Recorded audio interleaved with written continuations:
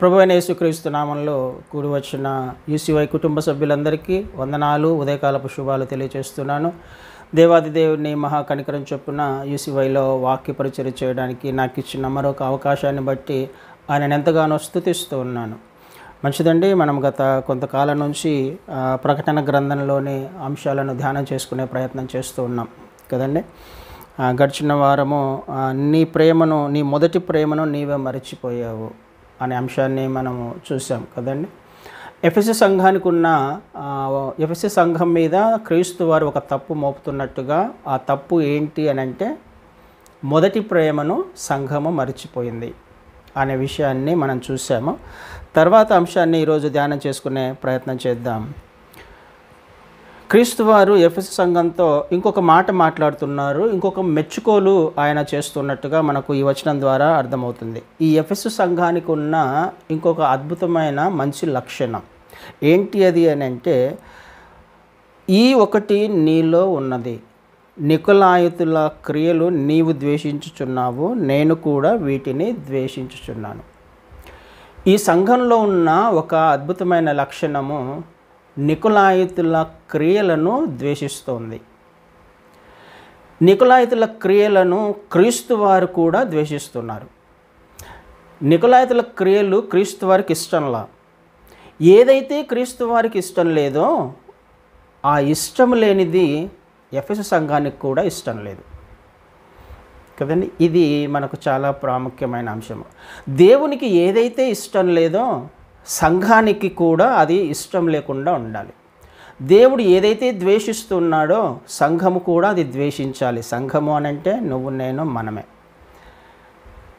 దేవునికి నచ్చని విషయాలు ఏవైతే ఉన్నాయో మనకు కూడా అవి నచ్చకూడదు. అవి మనకు మేలు చేసేవైనప్పటికీ కూడా, ఈ లోకానుసారంగా మనకు లాభాన్ని చేకూర్చేవైనప్పటికీ దేవుని దృష్టిలో అది సత్యము కాకపోతే, దేవుని దృష్టిలో అది అసహ్యమైతే, దేవునికి అది ఇష్టం లేకపోతే నువ్వు, నేను, మనం కూడా దానిని ఇష్టపడకూడదు.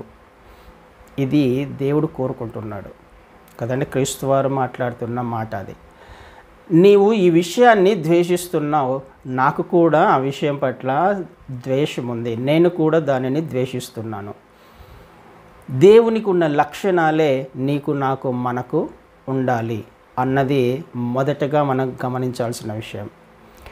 అయితే నికొలాయితుల బోధను, నికొలాయితుల క్రియలను ఆయన ఎందుకు ద్వేషిస్తున్నాడు? నికొలాయితుల క్రియలు ఏంటి? నికొలాయితులు ఎవరు అసలు కదండి? నికొలాయితుల క్రియలు అన్నాడు అని అంటే నికొలాయితుల నుంచి వచ్చిన శిష్యులో లేకపోతే ఒక గుంపు ఏదో ఒకటి ఉంది అన్నది అర్థమవుతుంది కదా. ఎవరో ఒక వ్యక్తి కొన్ని పద్ధతులను తీసుకొని వచ్చాడు. ఆ పద్ధతులు సంఘంలో ఉన్నాయి. సంఘంలో ఉన్న ఆ క్రియలు క్రీస్తు వారికి ఇష్టంలా. ఎఫెసు సంఘం కూడా దానిని ఇష్టపడట్లా. అయితే ఏంటి ఆ క్రియలు? నికొలాయితుల క్రియలు ఏంటి అని అంటే, ఒకసారి మనము అపోస్తుల కార్యాల్లో 6వ అధ్యాయాన్ని చూసే ప్రయత్నం చేద్దాం. 6వ అధ్యాయంలో 5వ వచనాన్ని చదువుతాను. అపోస్తుల కార్యాలు 6వ అధ్యాయం 5వ వచనంలో, ఈ మాట జన సమూహం అంతటికి ఇష్టమైనందున వారు విశ్వాసముతోనూ పరిశుద్ధాత్మతోనూ నిండుకొనిన వాడైన స్తెఫెను, ఫిలిప్పు, ప్రొకొరు, నీకానోరు, తీమోను, పర్మనాసు, యూదుల మత ప్రవిష్టుడును అంతియొక్క వాడను అగు నికోలాస్ అను వారిని ఏర్పరచుకొని వారిని అపోస్తుల ఎదుట నిలబెట్టి వీరు ప్రార్థన చేసి వారి మీద చేతులుంచిరి. ఈ సందర్భం మనకు తెలుసు. అక్కడ ఒక సమస్య వచ్చింది. సమస్య వచ్చినప్పుడు ఆ సమస్యకు సమాధానంగా పెద్దలు చెప్తున్న విషయం ఏంటంటే, మేము ప్రార్థన చేసుకుంటూ వాక్య పరిచర్య చేసుకుంటూ మిగతా వారిని కూడా చూసుకోవడము, పరిచర్య విషయాలు కూడా చూసుకోవడం కష్టమవుతుంది కాబట్టి మీలోనే కొంతమందిని ఏర్పాటు చేసుకోండి, వారు ఆ విషయాలు చూసుకోండి, మేము ప్రార్థనలో వాక్య ధ్యానంలో ఉంటాము అని వాళ్ళు చెప్తున్నట్టుగా, అపోస్తలులు చెప్తున్నట్టుగా మనం చూస్తున్నాం. అయితే వాళ్ళు ఏర్పాటు చేసిన వారు ఎవరు అనే విషయం మనకు తెలుసు. అందులో ఏర్పాటు చేయబడిన 7గురిలో నికోలాస్ అనే ఒక వ్యక్తి ఉన్నాడు కదండి. నికోలాస్ అనే ఒక వ్యక్తి ఉన్నాడు. ఎవరు ఈ నికోలాస్ అనే ఆ వచనాన్ని మళ్ళొకసారి చదివితే, యూదుల మత ప్రవిష్టుడు యూదా మతాన్ని అవపోసన పట్టినవాడు. అంటే ధర్మశాస్త్రము పట్ల చాలా పట్టు ఉన్నవాడు. యూదుడు అనే విషయం అర్థమవుతుంది కదండి. యూదుల మత ప్రవిష్టుడు అంటే యూదుడు. అయితే తర్వాత అంశాన్ని చూస్తే అంతియొకవాడు అని కూడా రాయబడింది. అంతియొకవాడు అని అంటే అంతియొకయలో ఉండేది యూదులు లేరు. అక్కడ ఉండే వాళ్ళందరూ అన్యులే. అంతియొకవాడు అయిన యూదా మత ప్రవిష్టుడు అంటే అన్యుడిగా ఉన్న ఈ నికోలాస్ యూదా మతం పట్ల ఆసక్తిని పెంచుకొని యూదా మతానికి ఆకర్షితుడై యూదా మతాన్ని స్వీకరించాడు. అన్యుడిగా విగ్రహారాధికుడిగా ఉన్న ఈ నికోలాస్ యూదునిగా కన్వర్ట్ అయ్యాడు. యూదా మతాన్ని స్వీకరించాడు. ధర్మశాస్త్రాన్ని అవపోసన పట్టాడు. దాని మీద పట్టు సాధించాడు. యూదా మత ప్రవిష్టుడు, ఒక బోధకునిగా కూడా ఉన్నాడు కదండి. అంటే అన్యుని నుంచి యూదా మతంలోకి వచ్చిన వాడు నికోలాస్. అంటే అన్య సాంప్రదాయాలు తెలుసు, యూదా మత సాంప్రదాయాలు కూడా బాగా తెలుసు. ఇక్కడ రాయబడిన మాట వీళ్ళందరూ ఎవరు? ఇప్పుడు ఈ 6వ అధ్యాయానికి వచ్చేసరికి లేకపోతే అపొస్తలుల కార్యానికి వచ్చేసరికి క్రీస్తు వారిని అంగీకరించిన వారు, అంటే క్రైస్తవ్యములోకి మార్చబడిన వారు కదా వీళ్ళందరూ. క్రీస్తును వెంబడిస్తున్నవారు. యూదా మతంలో నుంచి మళ్ళీ ఈ వ్యక్తి ఎక్కడికి వచ్చాడు? క్రైస్తవ్యంలోకి వచ్చాడు కదా. క్రీస్తు వారిని అంగీకరించి క్రీస్తును వెంబడించేవాడిగా ఉన్నారు. అన్య సాంప్రదాయం నుంచి యూదా మతంలోకి వచ్చాడు. యూదా మతంలో నుంచి క్రైస్తవ్యంలోకి వచ్చాడు. ఈ వ్యక్తిలో ఇప్పుడు 3 మత సాంప్రదాయాలు ఉన్నాయి. అన్య సాంప్రదాయాలు ఉన్నాయి, యూదా మత సాంప్రదాయాలు ఉన్నాయి, క్రైస్తవ్యము ఉంది కదండి. ఈ మూడింటిలో కూడా ఆ వ్యక్తికి మంచి అవగాహన ఉంది. అయితే మొదట్లో బాగానే ఉన్నాడేమో కదా. వీళ్ళు ఏర్పాటు చేయబడ్డారు, ఎన్నుకున్నారు వాళ్ళను, అంటే క్రైస్తవ్యాన్ని చక్కగా వెంబడిస్తూ ఉన్నాడు. అయితే తర్వాత బోధకులుగా తయారయ్యే సందర్భంలో లేకపోతే వేరు ప్రాంతాలకు వీళ్ళందరూ చెల్లాచెదురు చేయబడతారు కదా. వీళ్ళందరూ వెళ్ళి బోధిస్తూ ఉన్నప్పుడు అక్కడ సంఘంలో చేర్చబడిన వారిలో చాలామంది క్రైస్తవ్యంలోకి వెంటనే రావాలి అన్నా, లేకపోతే యూదు మతంలో నుంచి, యూదులలో నుంచి, అన్యులలో నుంచి క్రీస్తు వారిని అంగీకరించాలి అని అంటే క్రీస్తు వారి యొక్క బోధలు ఎలా ఉన్నాయో మనకు తెలుసు కదండి. క్రీస్తు వారి యొక్క బోధలు లోకంలో నుంచి వేరుపరచబడిన వారు క్రైస్తవులు అంటే. కానీ లోకంలో ఉన్నవారు వెంటనే దీనిని అంగీకరించడానికి వారి మనస్సు ఒప్పుకోవట్లా. వారు త్వరగా క్రైస్తవ్యాన్ని అంగీకరించలేని స్థితిలో ఉన్నప్పుడు ఈ నికోలాస్ కొన్ని విషయాలను తీసుకొని వచ్చాడు. అవసరం లేదు, మీరు ఖచ్చితంగా క్రైస్తవ్యంలోకి వచ్చినప్పుడు ఈ లోకంలోని ఆచారాలను విడిచిపెట్టాల్సిన అవసరంలా, సాంప్రదాయాలను విడిచిపెట్టాల్సిన అవసరంలా, ధర్మశాస్త్రాన్ని విడిచిపెట్టాల్సిన అవసరంలా. ఈ వ్యక్తి యొక్క బోధలు, ఈ నికోలాస్ యొక్క బోధలు ఏమిటి అని అంటే కంప్లీట్గా నువ్వు ఈ విధంగా ఉండాల్సిన అవసరంలా. నీ మతాన్ని లేకపోతే నీ ఆచారాలను, నీ సాంప్రదాయాలను ఆచరిస్తూ ఉండొచ్చు. క్రైస్తవ్యంలో కూడా క్రీస్తు వారిని కూడా వెంబడిస్తూ ఉండొచ్చు.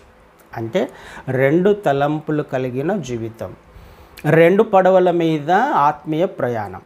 ఇది క్రైస్తవ్యానికి పూర్తిగా విరుద్ధం కదండి. క్రీస్తును వెంబడిస్తున్న వారికి ఖచ్చితంగా ఇది సరి అయిన పద్ధతి కాదు, సరైన బోధ కాదు, సరైన క్రియలు కాదు. ఈ విధంగా బోధించేసరికి చాలామంది అట్రాక్ట్ చేయబడ్డారు, చాలామంది ఆకర్షించబడ్డారు. నికోలాస్కి కొంతమంది శిష్యులుగా అనుకుందాం, శిష్యులుగా తయారు చేయబడ్డారు. ఒక గుంపు తయారైపోయింది నికోలాస్ను వెంబడించేవారు. అక్కడి నుంచి వచ్చిన డిసెండెంట్స్ వీళ్ళందరూ. ప్రకటన గ్రంథంలో క్రీస్తు వారు మాట్లాడుతున్న మాట ఏంటంటే spiritual descendants of Nicholas. Nicholas బోధను యాక్సెప్ట్ చేసి నికోలాస్ యొక్క క్రియలను చేసుకుంటూ ఆ విధంగా చేయొచ్చు, ఈ విధంగా చేయొచ్చు, అలా ఉండొచ్చు, ఇలా పెద్ద కష్టమేం కాదు కదా అది. ఈ విధమైన మత సాంప్రదాయాల నుంచి వచ్చాడు కాబట్టి 3 మతాలను కలగలిపి క్రైస్తవ్యంలో బోధించడం మొదలుపెట్టిన ఈ నికోలాసును వెంబడిస్తున్న వారే నికోలాయితులు.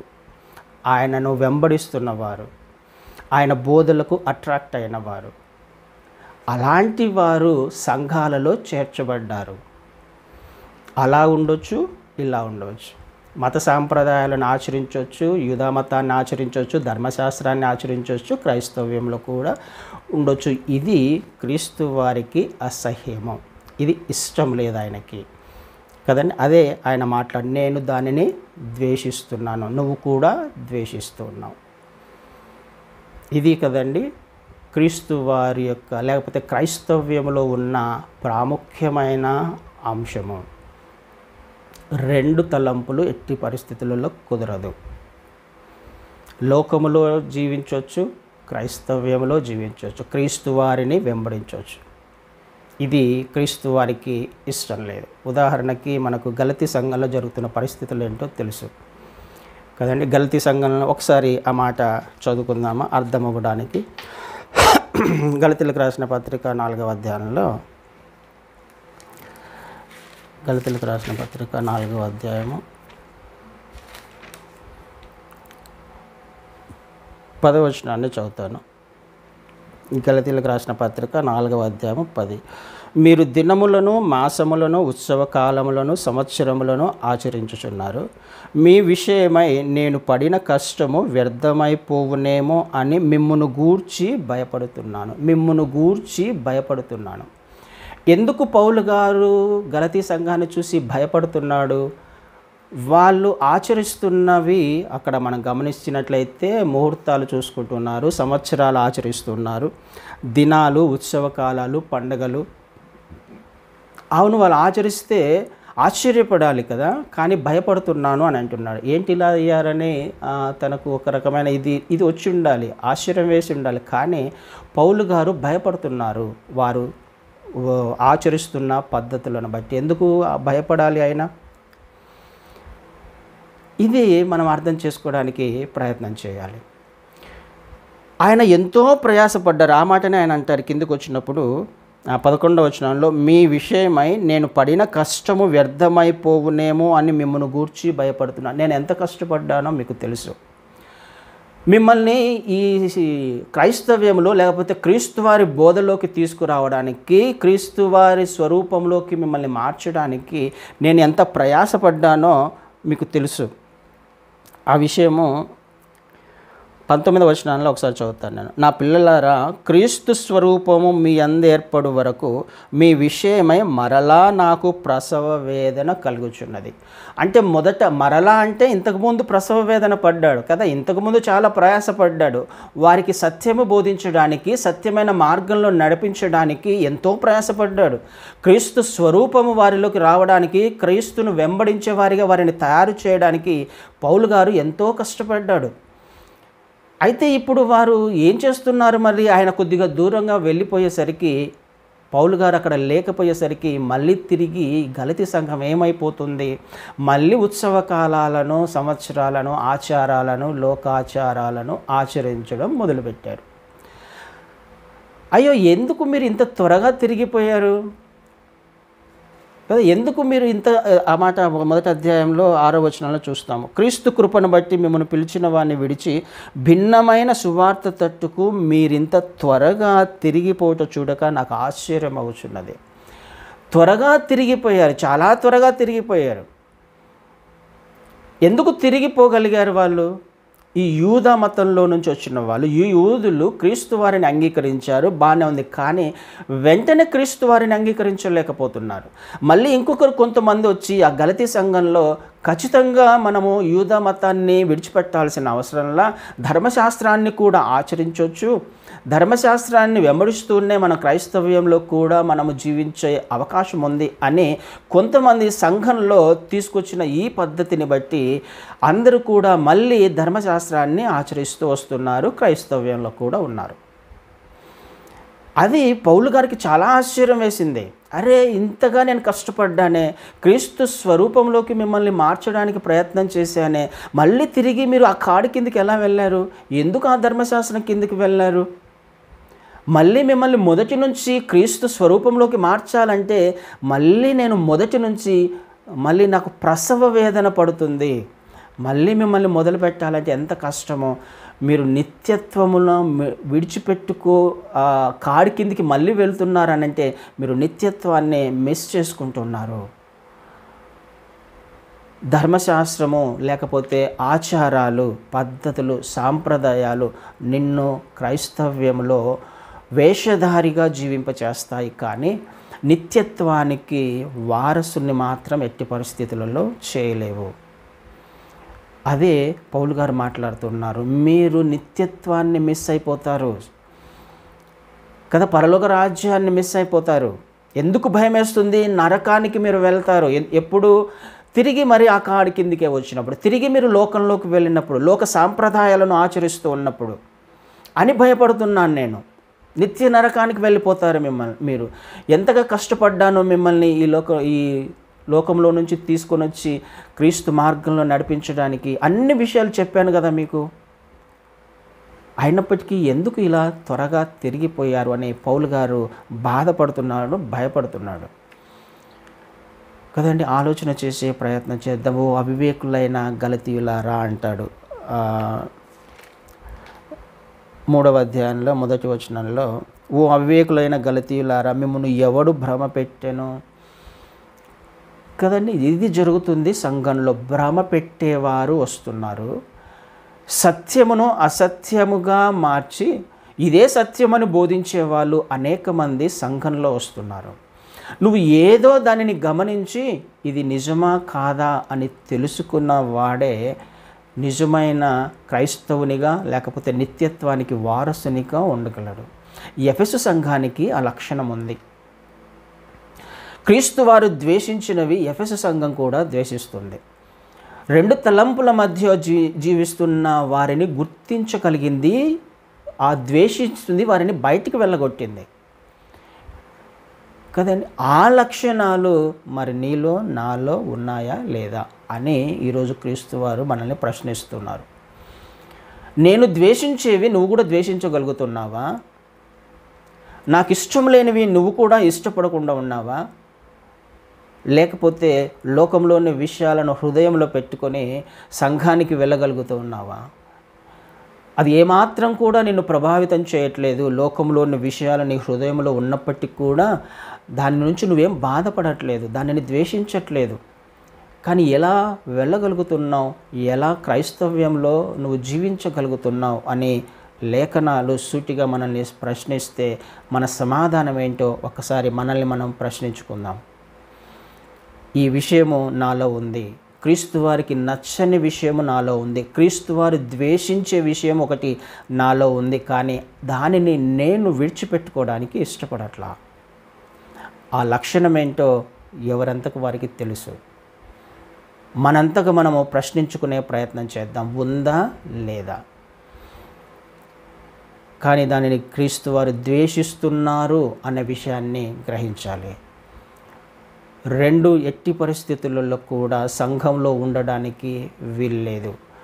క్రీస్తు వారిని మాత్రమే వెంబడించేవారు ఉండాలి, కానీ నికొలాయితులను వెంబడించేవారు ఉండకూడదు కదా. మనిషిని వెంబడించేవారు సంఘంలో ఉండకూడదు. మనిషి ఏర్పాటు చేసిన క్రియలను వెంబడించేవారు సంఘంలో ఉండకూడదు. నీ క్రియలను అని మాట్లాడుతూ ఉన్నాడు. ఒక వ్యక్తిని మనం ఒకవేళ మోడల్గా పెట్టుకుంటే ఆ వ్యక్తి చేసే పనులన్నిటినీ గమనిస్తూ ఉంటాం. ఆ వ్యక్తి అలా చేశాడు కాబట్టి మనం కూడా చేయొచ్చు. ఆ వ్యక్తి అలా జీవించాడు మన మోడల్ కదా, తను మన రోల్ మోడల్. ఒక సంఘంలో ఒక సేవకుడే కావచ్చు, లేకపోతే మనల్ని ఆత్మీయంగా బలపరిచిన వాడే కావచ్చు, నడిపిస్తున్న వాడే కావచ్చు. ఆ వ్యక్తిని మనము ఒక్కొక్కసారి మోడల్గా పెట్టుకునే ప్రయత్నం చేస్తూ ఉంటాం. ఆ వ్యక్తి అలా చేశాడు కాబట్టి పర్వాలేదు, మనము కూడా సపోర్ట్ చేస్తుంటాం. నిజమే కదా, సేవకుడు చెప్పాడు, లేకపోతే అన్న చెప్పాడు కదా, వెంబడిస్తున్న వారు ఎవరైతే ఉన్నారో వారిని కూడా మనం వెంబడించే ప్రయత్నం చేస్తూ ఉంటాం. ఆ వ్యక్తి చెప్పగానే మనం కూడా అవి చేస్తూ ఉంటాం. అది నిజమా కాదా అని గ్రహించాల్సిన బాధ్యత నీకు, నాకు, మనకు ఉంది. అది సత్యమా కాదా? క్రీస్తు వారు ద్వేషిస్తున్నారా, క్రీస్తు వారు ఇష్టపడుతున్నారా? ఒక వ్యక్తి ఇష్టపడడం కాదు, ఒక వ్యక్తి ఒక సిద్ధాంతాన్ని తీసుకురావడం కాదు, ఒక వ్యక్తి ఒక మార్గాన్ని చూపించడం కాదు, ఆ మార్గము క్రీస్తు వారిదే కాదా? ఇది మాత్రమే సత్యము. దీనిని మాత్రమే మనం వెంబడించాల్సిన, గ్రహించాల్సిన అవసరము ఖచ్చితంగా ఉంది ఈ చివరి దినాల్లో కదండి. ఆలోచన చేసే ప్రయత్నం చేద్దాం. ఆయనకు నచ్చనివి మనకు కూడా నచ్చకూడదు. ఆయన ద్వేషించినవి మనము కూడా ద్వేషించాలి. అలాంటి ఒక వ్యక్తిని, రోషం కలిగిన ఒక వ్యక్తిని ఒకసారి చూపించే ప్రయత్నం చేస్తాను. సంఖ్యాకాండము 25వ అధ్యాయంలో, సంఖ్యాకాండం 25వ అధ్యాయము 7వ వచనం నుంచి చదువుతాను. యాజకుడైన అహరోను మనవడును ఎలియాజరు కుమారుడైన ఫీనెహాసు అది చూసి సమాజము నుండి లేచి ఈటెను చేత పట్టుకొని పడక చోటికి ఆ ఇజ్రాయేలుని వెంబడి వెళ్ళి ఆ ఇద్దరిని, అనగా ఆ ఇజ్రాయేలీయుని ఆ స్త్రీని కడుపులో గుండా దూసిపోవున్నట్లు పొడిచెను. అప్పుడు ఇజ్రాయేలీయుల నుండి తెగులు నిలిచిపోయాను. 24,000 మంది ఆ తెగులు చేత చనిపోయిరి. ఇది ఒక సందర్భం కదండి. ఇది మళ్ళీ తర్వాత ఈ సందర్భం మనం ఎక్స్ప్లెయిన్ చేసే సమయం వస్తుంది, ఆ టైంలో చెప్తాను. కానీ ఇక్కడ మనకు అవసరమైన ఒక విషయాన్ని తీసుకుందాం. ఇజ్రాయేలీలు మోయాబీయులతో, మోయాబు రాండ్రతో వ్యభిచారం చేస్తున్నారు. వాళ్ళు ఎక్కడికి రమ్మంటే అక్కడికి వెళ్తున్నారు. ఎవరిని ఏ దేవతను పూజించమంటే ఆ దేవతలను పూజిస్తున్నారు, అన్య దేవతలను పూజిస్తున్నారు. దేవునికి చాలా కోపం వచ్చింది. ఒక తెగులుని తీసుకొని వచ్చాడు. ఆ తెగులు ఇజ్రాయేలీలను నశింప చేసుకుంటూ వెళ్తుంది. అందరూ చూస్తుండగానే ఒక ఇజ్రాయేలీయుడు, ఒక వ్యక్తి, ఒక మోయాబీయురాల్ని తీసుకొని ఒక గుడారంలోకి వెళ్ళి వ్యభిచారం చేయడానికి తీసుకొని వెళ్తున్నాడు. దేవుని యొక్క కోపం రగులుకుందే దాని నుంచి. అందరూ చూస్తుండగానే ఆ వ్యక్తి వెళ్తూ ఉన్నప్పుడు ఫీనెహాసు తట్టుకోలేకపోయాడు. దేవునికి నచ్చని క్రియలు ఆ వ్యక్తి చేస్తూ ఉన్నప్పుడు, అసహించుకునే క్రియలు, అన్యులతో కలిసిపోయే క్రియలు, అన్య సాంప్రదాయాన్ని ఆచరిస్తున్న క్రియలను చూసి ఫీనెహాసు తట్టుకోలేకపోయాడు. వాళ్ళు వెళ్తుండగానే వారి వెంట ఈట పట్టుకొని వెళ్ళి ఇద్దరిని పొడి చేసి చంపేశాడు. అక్కడితో ఆ తెగులు ఆగిపోయినట్టుగా మనం చూస్తున్నాం. దేవుని యొక్క ఉగ్రత, కోపం ఆగిపోయింది. అప్పటికే 24,000 మంది చనిపోయారు. ఈ వ్యక్తికి ఫీనెహాసుకున్న రోషం ఏంటి? దేవుడు మాట్లాడుతున్న మాటలు, లేఖనాలు మాట్లాడుతున్న మాటలనే చదువుదాం. 10వ వచనంలో, అప్పుడు యెహోవా మోషేకు ఇలాగూ ఆజ్ఞ ఇచ్చెను, యాజకుడైన అహరోను మనమడును ఎలియాజరు కుమారుడైన ఫీనెహాసు వారి మధ్యను నేను ఓర్వలేని దానిని తాను ఓర్వలేకపోవుట వలన ఇజ్రాయేలీయుల మీద నుండి నా కోపము మళ్లించెను కనుక నేను ఓర్వలేకయుండియు ఇజ్రాయేలీయులను నశింపచేయలేదు. ఎంతోమంది చనిపోవాలి యాక్చువల్గా. ఇంకా ఇజ్రాయేలీయులను నేను నశింప చేయడానికి నేను ఇష్టపడ్డాను, ఆ తెగులును తీసుకొని వచ్చాను, చాలామంది చనిపోవాలి, కానీ నేను నశింప చేయలేదు వారిని. ఎందుకు? నేను ఏ విషయమైతే ఓర్వలేకపోయానో, నాకు ఏదైతే అసహ్యమో, ఏది ఇష్టం లేదో అవే లక్షణాలు ఫీనెహాసులో ఉన్నాయి. ఫీనెహాసు కూడా ఓర్వలేకపోయాడు, తట్టుకోలేకపోయాడు. దేవునికి వ్యతిరేకంగా చేస్తున్న పనిని తట్టుకోలేకపోయాడు. అందుకనే వారిని చంపేశాడు. తనలో ఉన్న ఆ స్థితిని, ఆ రోషమును బట్టి నేను ఈ తెగులును ఆపాను. ఎవరిని బట్టి? ఫీనెహాసులో ఉన్న రోషమును బట్టి, దేవుని పట్ల, దేవుని క్రియల పట్ల, దేవుని మార్గాల పట్ల, ఆజ్ఞల పట్ల ఉన్న రోషమును బట్టి అక్కడ తెగులు నిలిచిపోయింది కదండి. ఎంత అద్భుతమైన విషయము! ఈ లక్షణాన్ని దేవుడు కోరుకుంటున్నాడు సంఘంలో. దేవునికి నచ్చనివి, దేవుడు ఓర్వలేని లక్షణాలు నీలో, నాలో, మనలో ఉన్నాయా? అసహించుకునేవి, దానిని బట్టి ఎంతోమంది రక్షించబడతారు. ఈ విషయం మనకు అర్థం కావాలి. ఫీనెహాసును బట్టి ఎంతోమంది రక్షించబడ్డారు. అప్పుడు నీకున్న ఈ లక్షణాన్ని బట్టి నీ కుటుంబం రక్షించబడే అవకాశం ఉంది, నీ స్నేహితులు రక్షించబడే అవకాశం ఉంది. దేవునికి నచ్చని లక్షణాలు నీలో ఉన్నట్లయితే, దేవుని పట్ల రోషము కలిగిన జీవితము ఒకవేళ నీకు ఉన్నట్లయితే, ఫీనెహాసులా దేవుడు ఒక నిబంధన చేయడానికి ఇష్టపడుతున్నాడు నీతో, నీ కుటుంబముతో. ఆయన కింది వచనాలు వచ్చినప్పుడు ఆ మాట చూస్తాం. 12వ వచనంలో, కాబట్టి నీవు అతనితో ఇట్లనము, అతనితో నేను నా సమాధాన నిబంధనను చేయుచున్నాను, అది నిత్యమైన యాజక నిబంధనగా అతనికిని అతని సంతానమునకు కలిగియుండును. ఏలయనగా అతడు తన దేవుని విషయమందు ఆసక్తి గలవాడై ఇజ్రాయేలీల నిమిత్తము ప్రాయశ్చిత్తము చేసెను. దేవుని విషయమై ఆసక్తి కలిగిన వాడై. ఎంత అద్భుతమైన మాట అండి. ఫీనెహాసు గురించి దేవుడు ఇస్తున్న సాక్ష్యం, అద్భుతమైన సాక్ష్యం. రోషము కలిగిన వాడు ఫీనెహాస్, దేవుని విషయం పట్ల ఆసక్తి కలిగిన వాడు ఫీనెహాస్. దేవునికి నచ్చలేదు, తీసేసాడు. అది ఎంత నష్టమైనా, అక్కడ ఒక వ్యక్తిని, ఇద్దరు ప్రాణాలు పోతున్నాయినా కానీ చంపేశాడు వాళ్ళని, దేవునికి నచ్చకపోవడం వలన. దాని ద్వారా ఎంతోమందిని రక్షించగలిగాడు. ఈ ఓర్వలేని స్థితి, దేవునికి నచ్చని లక్షణాలు ఒకవేళ నీలో నాలో ఉన్నాయా లేదా? దేవుడు కోరుకునేది ఇదే. ప్రియ సంఘమా, సంఘంలో ఉన్నాం, ఎందుకున్నాం? చివరి దినాలలో నన్ను నేను మనల్ని ప్రశ్నించుకోవాల్సిన అవసరం ఖచ్చితంగా ఉంది. నువ్వు కొన్ని విషయాలను ద్వేషిస్తున్నావు, నేను కూడా ద్వేషిస్తున్నాను. ఎంత అద్భుతమైన సాక్ష్యం కలిగింది ఎఫెసు సంఘం. ఆ సాక్ష్యం నీకుందా, నాకుందా? ఈ లోకంలో దేవుడు ఒకవేళ చెప్పాలి అని అంటే, ఒకవేళ నీతోనే మాట్లాడాలి అంటే, లేకపోతే ఒకవేళ నీకు ఒక ఉత్తరం రాయాలి అని అంటే ఏమని రాస్తాడు? నీలో ఈ లక్షణాలు ఉన్నాయని రాయగలడా? ఇన్ని మంచి లక్షణాలు ఉన్నాయి కాబట్టి నేను నీతో ఒక నిబంధన చేస్తున్నాను అని చెప్పగలడా? ఒకసారి ఆలోచన చేసే ప్రయత్నం చేద్దాం.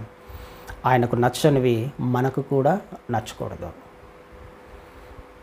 కుటుంబంతో లేకపోతే నీతో ఒక నిబంధన చేయడానికి ఆయన ఇష్టపడుతున్నాడు, నీ కుటుంబాన్ని రక్షించడానికి తరతరాలుగా. అయితే నీలో ఆ ఓర్వలేని స్థితి ఉంటే, దేవునికి నచ్చని లక్షణాలు నీలో ఉన్నట్లయితే, దేవుడు ఓర్వలేనివి నువ్వు కూడా ఓర్వలేకపోతే, నీతోనే ఆయన ఒక నిబంధన చేయడానికి ఇష్టపడుతున్నాడు, నీ కుటుంబాన్ని రక్షించడానికి. కదండి, ఎంత అద్భుతమైన వాగ్దానాలు మనకు చూస్తాము బైబిల్లో. ఇంకొక వ్యక్తి మనకు తెలుసు, యోసేపు గారు. కదండి, ఒక్కసారి ఆ మాట చదివే ప్రయత్నం చేద్దాం. ఆదికాండంలో,